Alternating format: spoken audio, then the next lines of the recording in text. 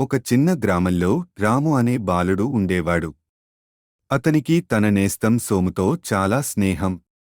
ఇద్దరూ ఎల్లప్పుడూ కలిసి ఆడుకుంటూ కాలం గడిపేవారు. అయితే రాము చాలా స్వార్థపరుడు. తనకే మేలు జరిగే పనులు మాత్రమే చేసేవాడు. ఒకసారి రాము తన పొలంలో పనిచేస్తున్నప్పుడు ఒక పాత సొరంగం కనిపించింది.